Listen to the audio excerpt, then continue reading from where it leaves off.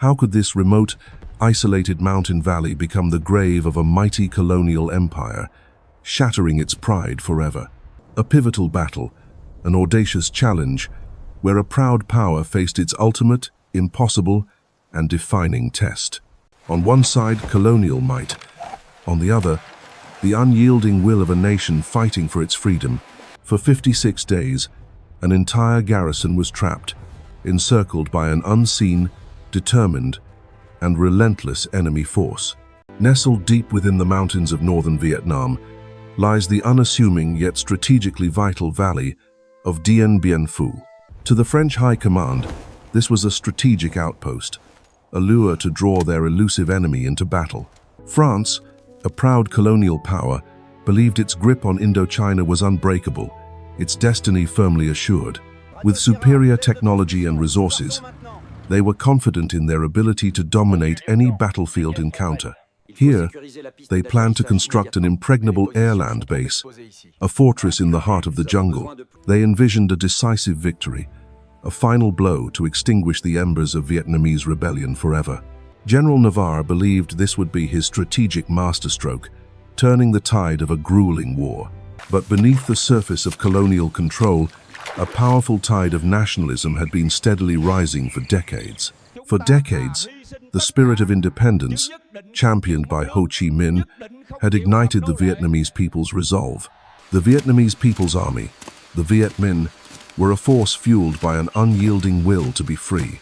They prepared an audacious, almost impossible plan, defying all conventional military wisdom and expectations. Their logistical genius and sheer human effort would soon astonish the world, challenging every military expectation. This valley became a crucible, where two vastly different forces and ideologies were destined to clash violently. Dien Bien Phu was more than a battle. It was a watershed moment for global decolonization itself. The stakes were immense: the future of Indochina, the fate of an empire, and a new world order. How could a proud colonial power miscalculate so profoundly, building its own inevitable bloody tomb? In this remote, seemingly insignificant valley, the foundations of French colonial rule would ultimately crumble to dust. Join us as we unravel the epic story of Dien Bien Phu, France's last colonial stand. For centuries, the land we know as Vietnam existed in quiet majesty, a tapestry of ancient cultures. But as the 19th century waned, a new power cast its shadow: the burgeoning French Empire. From 1887, Indochina became a jewel in France's crown, a vast territory under colonial rule. Beneath the veneer of imperial grandeur lay a complex system designed for extraction and control. French administrators solidified their grip, imposing direct rule and exploiting the region's immense wealth. Vast resources, rubber, rice, minerals were siphoned to France, fueling its industrial might. The indigenous population toiled for the benefit of their colonial masters, often in brutal conditions. Cultural identity was challenged, as French language and customs were actively imposed across society. A deep divide emerged: affluence for the few, subsistence and poverty for the majority. The colonial administration maintained order with an iron fist, suppressing dissent at every turn. Yet, even under oppression, the seeds of resistance were beginning to stir among the people. A fervent desire for self-determination, rooted in ancient traditions, began to ignite. The early 20th century saw the rise of a new generation, educated and increasingly restless. Ideas of freedom and sovereignty, once dormant, now resonated deeply with the populace.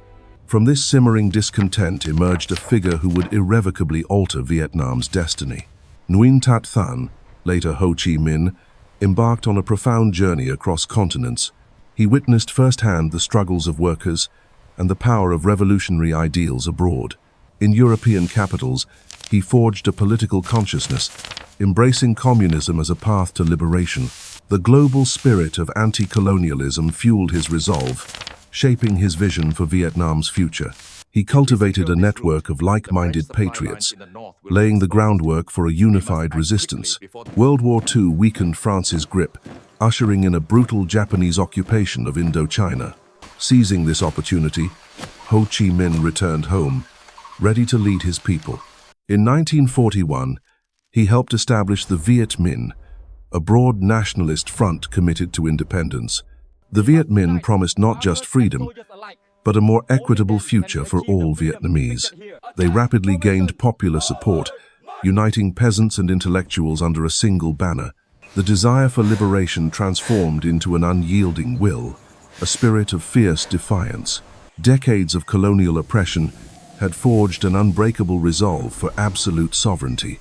France, though weakened, refused to relinquish its prized colonial possession in Asia. Two irreconcilable forces were on a collision course, each convinced of their righteous cause. The stage was set for a monumental confrontation, destined to echo through history.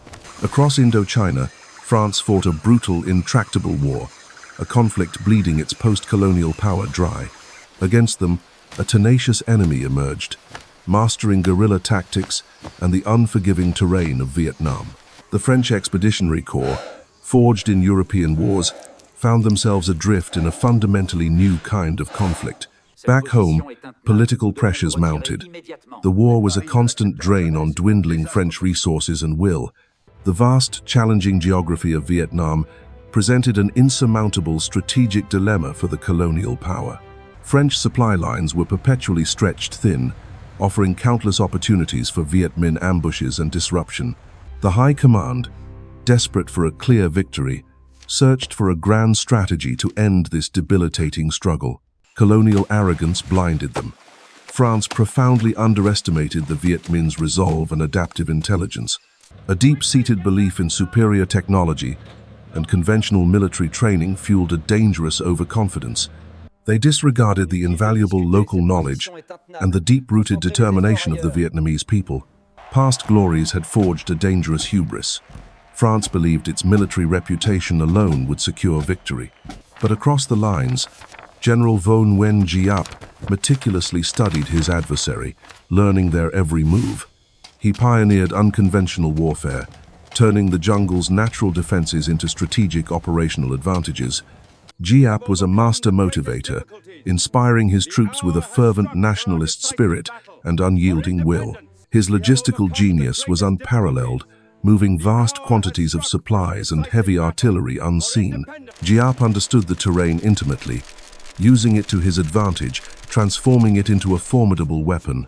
In 1953, General Henri Navarre arrived in Indochina, tasked with delivering a decisive, strategic French victory. He immediately set about formulating a new plan, aiming to break the Viet Minh's relentless momentum. Navarre's strategy focused on regrouping forces, striking vital supply lines, and drawing the enemy out. The plan's core: lure Giap's forces into a conventional battle where French firepower would prevail. Dien Bien Phu, a remote mountain valley, was identified as the perfect strategic pivot point. Its flat plains were ideal for an air-land base, enabling resupply and air superiority, they believed. French engineers and elite paratroopers descended, swiftly establishing the outpost. Operation Castor was underway. Massive fortifications rose from the valley floor, transforming the area into an apparent impregnable fortress. Commanders were confident. Their superior artillery and air power would make Dien Bien Phu a death trap for Giap. They expected the Viet Minh to crash against their defenses, suffering catastrophic losses in open combat. The world watched, convinced of French military might. Victory seemed assured, the colonial power triumphant. Yet, Giap watched, patiently. He recognized the French intent and began crafting a devastating counterplan. Viet Minh artillery, disassembled and concealed, was painstakingly dragged up the surrounding hillsides. The French, digging in, believed they were building a bastion. Instead, they unknowingly sealed their own fate. The French believed Dien Bien Phu impregnable, a remote valley impossible to resupply or besiege effectively by jungle forces. But General Giap, architect of revolution, conceived a strategy of monumental scale, an audacious and impossible siege. The initial lightning strike plan evolved. Now, a slow, grinding war of attrition would begin. Deep within the unforgiving jungle, a colossal effort was underway. Secrecy was paramount. Piece by painstaking piece, heavy field artillery cannons weighing tons were dismembered and prepared for transit.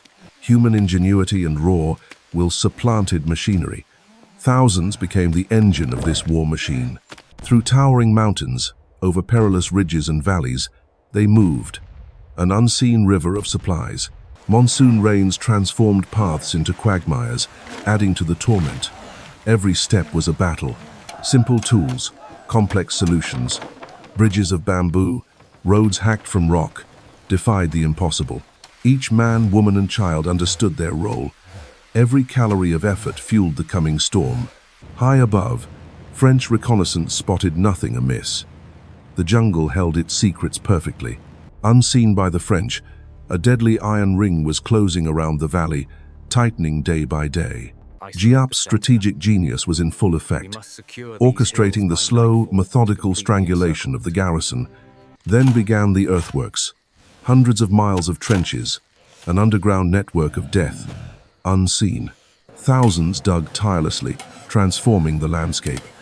The scale was unprecedented, the effort superhuman. No heavy machinery, only relentless human labor. Each scoop of earth brought them closer. A deadly embrace formed, a spiderweb of earthworks, designed to constrict, isolate, and then destroy. Under the cloak of darkness, the Viet Minh advanced inch by painstaking inch, undetected by their enemy. These trenches weren't just for movement, they were fortified positions, artillery shelters, and attack routes. Giap abandoned his fast fight, fast win gamble. The cost in lives was too high, the risk too great. His new mantra, slow fight, slow win.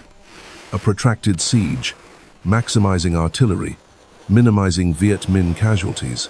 This patient strategy would allow artillery to be brought into position and consolidated, ensuring overwhelming firepower.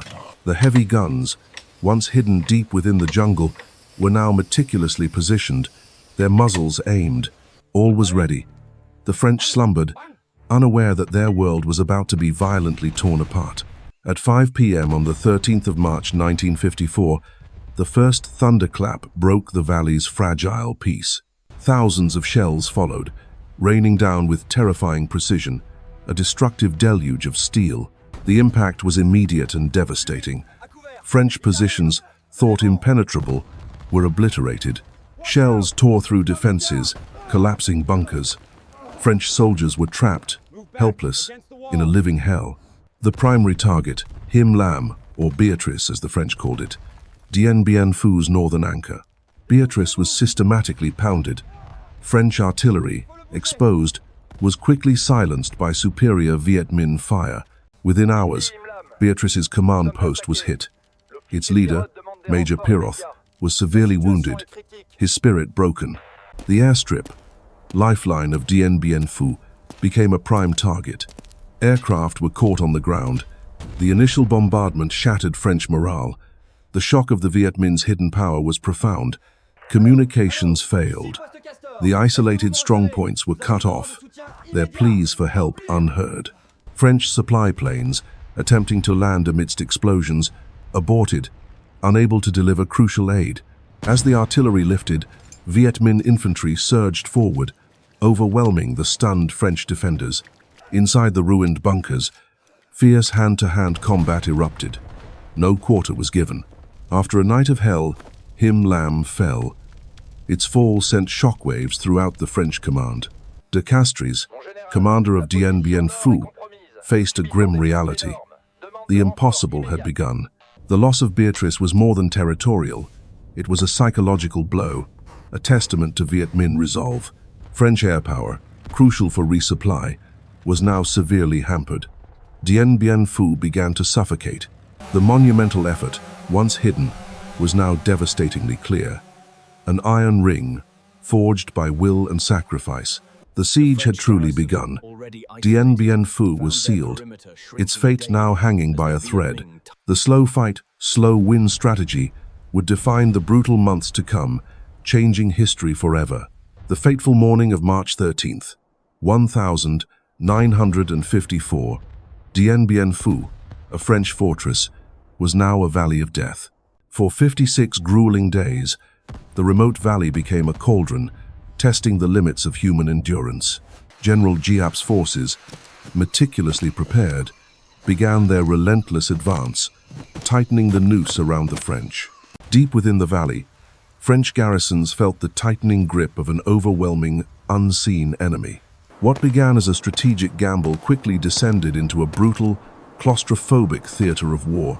The northern stronghold of Gabriel, isolated and vulnerable, became the first major target. Volleys of artillery rained down, followed by human waves. The full onslaught against Gabriel began. Hand-to-hand fighting erupted. Every trench, every bunker was contested with savage ferocity and desperation. The human cost was immediate and staggering. Both sides paid in blood for every contested yard. Despite desperate resistance, the defenders of Gabriel were pushed to their absolute breaking point. After a harrowing day of battle, the strategic hill of Gabriel finally fell to the Viet Minh. The loss sent shockwaves through the French command. Their supposedly impenetrable defenses were failing. With Gabriel fallen, the Viet Minh turned their sights to An Marie, reinforcing their relentless push. Employing relentless siege tactics, the Viet Minh pushed their trenches ever closer, suffocating the strongpoint. Defenders on An Marie faced overwhelming odds, their morale plummeting under constant bombardment and pressure. The battlefield transformed into a maze of mud and death. Trench warfare dominated the brutal engagement. Facing heavy losses and deteriorating conditions, some auxiliary troops at An Marie began to retreat. An Marie, a vital northern outpost, was abandoned. The French perimeter dangerously shrunk. These early losses severely weakened the French command's confidence and dramatically altered their strategic position. The battlefield's heart, the Elian complex, became the next, most crucial and heavily contested target. The fight for Elian was ferocious, pushing both sides to unimaginable extremes of combat. Elite Viet Minh sappers, masters of stealth, infiltrated defenses, delivering devastating blows from within. Beneath the French lines, an unseen enemy burrowed. Tunnels became instruments of silent destruction. French legionnaires fought with suicidal courage, launching desperate counterattacks to reclaim vital ground. Waves of assaults met fierce resistance. The hills became battlegrounds, repeatedly won and lost. The combat was relentless, often devolving into brutal, hand-to-hand struggle for survival. Casualties mounted exponentially. The battle for Elian became a meat grinder for both armies. With each assault, the French resolve was tested. Their fortifications were crumbling, hope fading. Inside the French perimeter, conditions rapidly deteriorated. Mud, rain, and disease became constant companions. Resupply lines were severed, leaving soldiers without food, water, or vital ammunition. Medical facilities were overwhelmed. Thousands of wounded lay untended, facing agonizing fates. The relentless Viet Minh artillery barrage never ceased, grinding down defenses and spirits day and night. The psychological toll was immense. Constant fear, exhaustion, and despair gnawed at the soldiers' sanity. Every French eye scanned the skies, praying for air support for an impossible rescue mission. Morale plummeted. The Grand Fortress was a death trap, its defenders increasingly isolated and doomed. In a desperate gamble, volunteer paratroopers jumped into the inferno, offering a fleeting, perilous hope. These brave men bolstered flagging defenses, but their numbers were a mere trickle against the rising tide. The landings were perilous, many paratroopers falling directly into enemy-held areas or under intense fire. Despite their heroism, these reinforcements were insufficient to change the siege's inevitable tragic outcome. Viet Minh sappers, using ingenious routes, consistently breached perimeters, sowing terror and destruction. The tunnels, a marvel of engineering and will, systematically undermined French strongholds from below. These innovative tactics proved devastatingly effective, neutralizing French defensive advantages with brutal efficiency. Animated maps vividly illustrate the strategic brilliance of Viet Minh engineers, slowly strangling the fortress. With defenses crumbling and human costs soaring, Dien Bien Phu stood on the precipice of its final tragic chapter. The final days of Dien Bien Phu dawned with a grim certainty. The French perimeter shrunk, the noose tightened. Exhaustion was rampant, fear palpable. French resolve, once ironclad, began to buckle under relentless pressure. The Viet Minh, masters of siege warfare, relentlessly dug forward. Their lines crept closer, tightening the chokehold. Inside the central command post, General de Castries faced an agonizing reality. Hope was dwindling with each passing hour. April 30th marked the beginning of the end. The Viet Minh unleashed their ultimate, furious offensive against the defenders. Trenches became killing zones. Hand-to-hand combat raged with savage intensity, a brutal dance of survival. French artillery, once their proud advantage, was now largely silenced. Ammunition dwindled, defenses crumbled under siege. Wave after wave of Viet Minh soldiers surged forward, fueled by a singular, unyielding determination to seize victory. Reinforcements, bravely parachuting into the cauldron, could only delay the inevitable. Their sacrifice was immense. One by one, the outer strongpoints fell. The French perimeter shrank to a desperate, congested last stand. Communication lines fractured, orders lost in the chaos. The French command struggled to maintain any cohesion. Morale plummeted as the scale of the disaster became undeniable. Despair settled over the remaining defenders. The underground hospitals overflowed, a testament to the brutal cost. Doctors fought a losing battle against injury and infection. The once formidable French camp was now a scarred, ravaged landscape. Its defenses were crumbling under constant assault. Meanwhile, the Viet Minh supply lines, fueled by immense human will, continuously fed their advance, astonishing their foes. General de Castries witnessed his fortress slowly suffocating. The noose tightened, leaving no escape for the defenders. On May 6th, the final, decisive assault began. Target: Elian II, the heart of the remaining French defenses. Tremendous explosions rocked the valley. French strongpoints, once thought impregnable, were systematically breached by explosives. Through the breaches poured determined Viet Minh assault teams. The struggle for the underground began in earnest. French defenders fought with desperate courage, battling in claustrophobic tunnels. Every inch was contested savagely. On tactical maps, the red lines representing French positions dwindled. The green tide of the Viet Minh engulfed all. French armor, once a symbol of colonial power, now stood as burning hulks, silent witnesses to inevitable defeat. As dawn broke on May 7th, thousands of Viet Minh converged. Their final objective, the central French command post. Viet Minh commanders meticulously orchestrated their final assault. Their target was General de Castries' deeply entrenched bunker.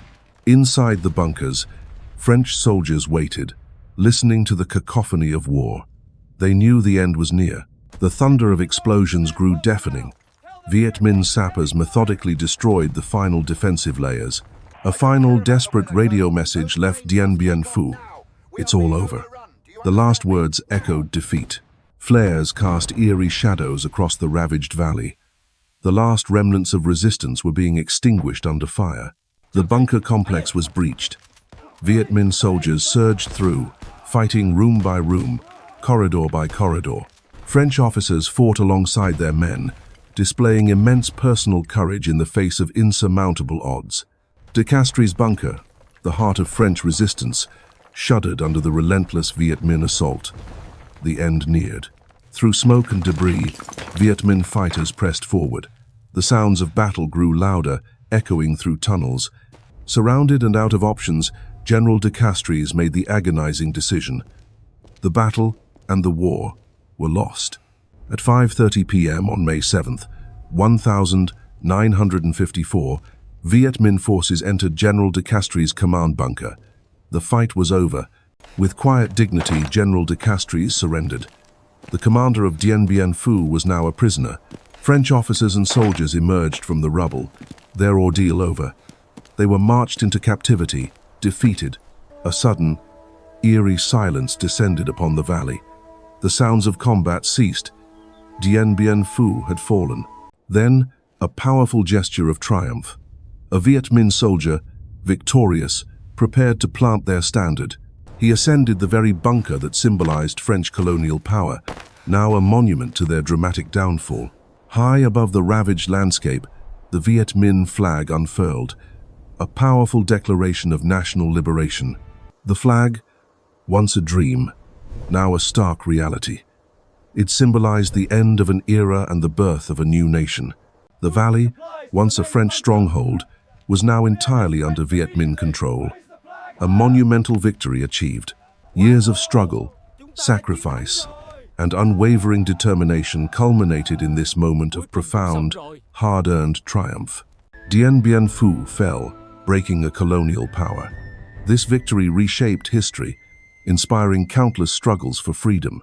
The guns fell silent, but Dien Bien Phu's echoes reverberated, shaking the foundations of a fading empire. The devastating defeat crushed French morale. A nation accustomed to colonial dominance was now in disbelief. News of the loss spread rapidly, from Paris boulevards to distant colonial outposts, igniting widespread shock. France's international prestige crumbled. The myth of European military invincibility in Asia was irrevocably shattered. Politically, Dien Bien Phu triggered a profound crisis in Paris, leading to government collapse and instability. Public disillusionment ran deep. The costly, protracted war in Indochina had become an unbearable burden.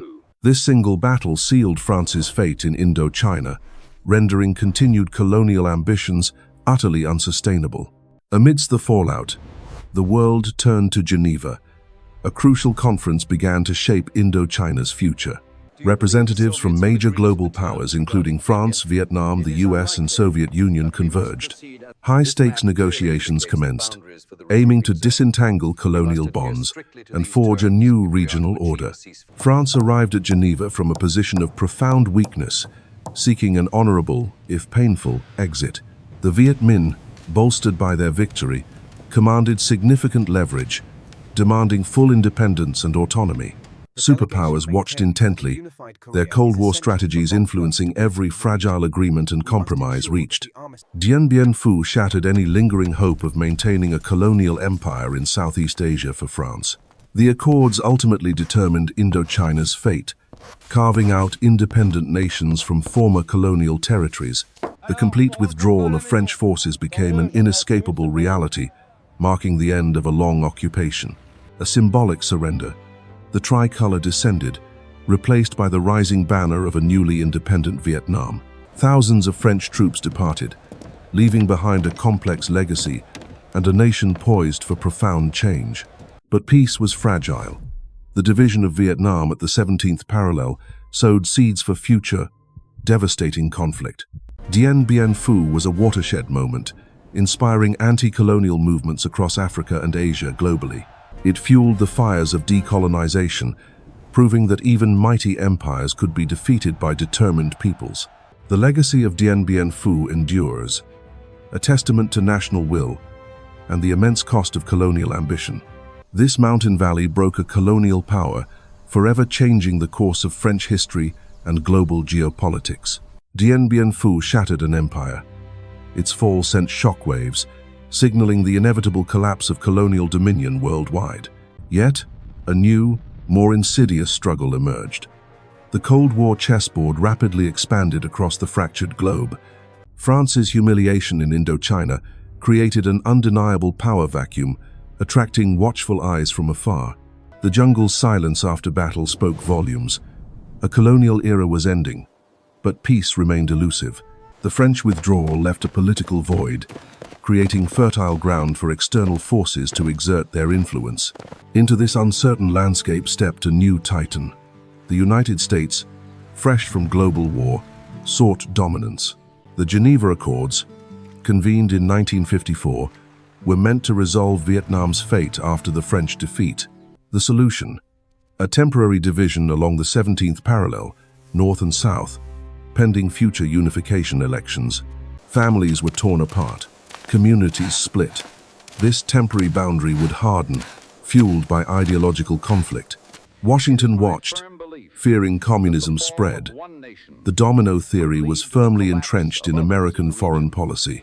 The power vacuum left by France became a critical strategic battleground in the global Cold War. As French influence dwindled, two ideological giants vied for control, their shadows looming large. The temporary division of Vietnam was exploited, transforming a post-colonial struggle into a proxy war. The United States swiftly moved to support the nascent South Vietnamese government, fearing a communist takeover. With significant aid and personnel, America rapidly filled the void, becoming the dominant Western force. This early engagement marked the genesis of deeper American involvement, a commitment that would soon escalate dramatically. The seeds of conflict were sown. What began as advising soon became active participation in a brewing war. Dien Bien Phu's outcome and the Geneva Accords inexorably set the stage for direct American intervention. This trajectory, from French defeat to American patronage, culminated in the devastating Second Indochina War. The conflict, known to the West as the Vietnam War, would define a generation and reshape global politics. Dien Bien Phu's legacy was profound. It directly linked a remote mountain valley to the larger Cold War narrative. The fall of a French bastion echoed globally, a stark symbol of decolonization and ideological struggle. Its long-lasting impact reshaped superpower foreign policy and fundamentally altered the 20th century geopolitical landscape. Dien Bien Phu's legacy endures, a profound echo from a mountain valley battle that defied all odds. It was a testament to strategic brilliance, outmaneuvering a technologically superior colonial power with audacious tactics, and the indomitable spirit of ordinary people who endured unimaginable hardship for their homeland's freedom. A vivid demonstration of a people's power, fighting relentlessly for their cherished national independence and dignity. Dien Bien Phu became a towering symbol, reverberating across subjugated nations, inspiring liberation movements globally. Igniting the fires of anti-colonial struggle, it heralded a new era of national self-determination and sovereignty. Its lessons for military strategy remain invaluable, teaching adaptation, innovation, and asymmetric warfare against formidable foes. Innovation and unwavering resolve often prove superior to sheer firepower and established, rigid military doctrine. Profoundly impacting international relations, it reshaped global power dynamics and hastened the end of colonial empires. The French defeat signaled the definitive, irreversible end of a long, brutal colonial era worldwide. From the ashes of empire, a new world order slowly but surely began to emerge for millions. For more epic historical insights and in-depth analysis, subscribe now and join our growing community. Dive deeper into humanity's most pivotal moments. With our expert historical analyses and cinematic storytelling, uncover the strategies, the sacrifices, and the enduring legacies that continue to shape our complex world.